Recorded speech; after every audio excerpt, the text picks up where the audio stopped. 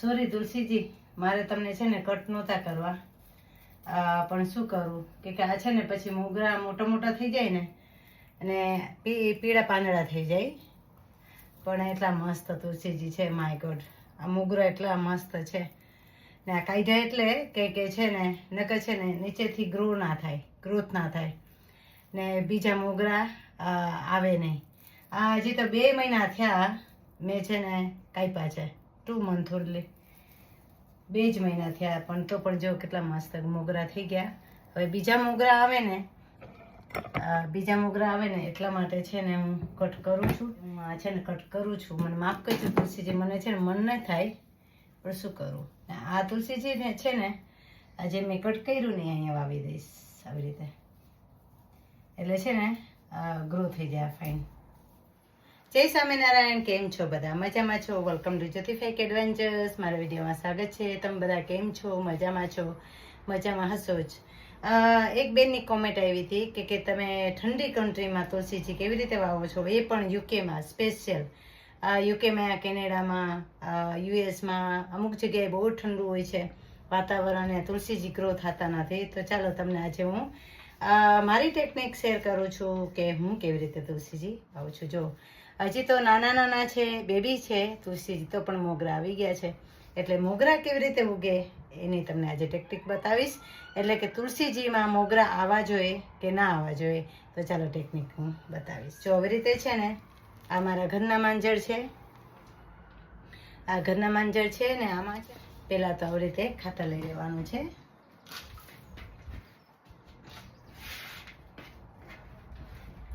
ને ખાતર છે ને હું કોમ્પોસ્ટ વાપરું છું, આલ્દીનું આવે છે. આલ્દીનું બહુ મસ્ત આવે છે. ને બીજી જગ્યાએથી તમે લ્યો ને તો છે ને ફાઇન આવતું નથી, એટલે હું છે ને આલ્દીનું ખાતર વાપરું છું. કોમ્પોસ્ટ આવે છે ને, મિક્સ કોમ્પોસ્ટ, એ વાપરું છું.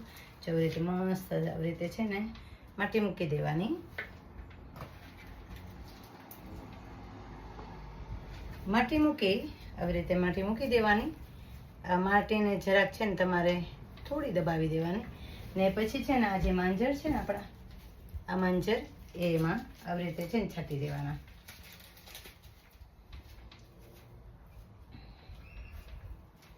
અમારા ઘરના માંજર છે, ઘરના માંજર છે. તો ઘરના માંજર હોય ને તો ફોતરીવાળા હોય ને આવી રીતે છે ને જરા ક્રશ કરી દેવાના. ને પછી છે ને તમારે આવી રીતે છાંટી દેવાના,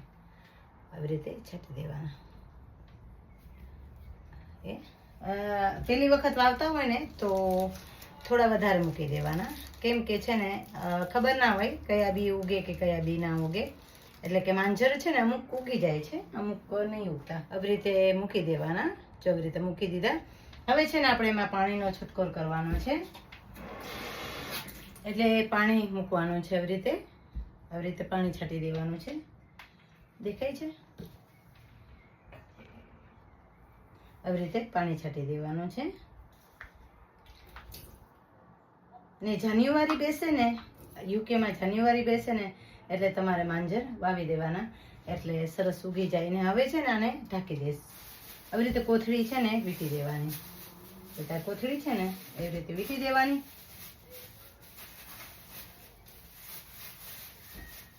જો આવી રીતે છે ને ઢાંકી દેવાની.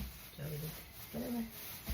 ને માટી ઉપર મૂકવાની નથી, માંજરની ઉપર હો ને, એ ધ્યાન રાખવાનું છે કે માટી આવશે ને તો માંજર છે ને અંદર જતા રહેશે ને તો ઉગશે નહીં. આવી રીતે બાંધી દેવાનું બેગમાં.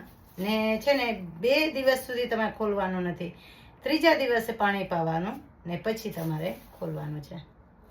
આવી રીતે પ્લીઝ તમે લોકો પણ વાવજો. જય Swaminarayan. Thank you so much.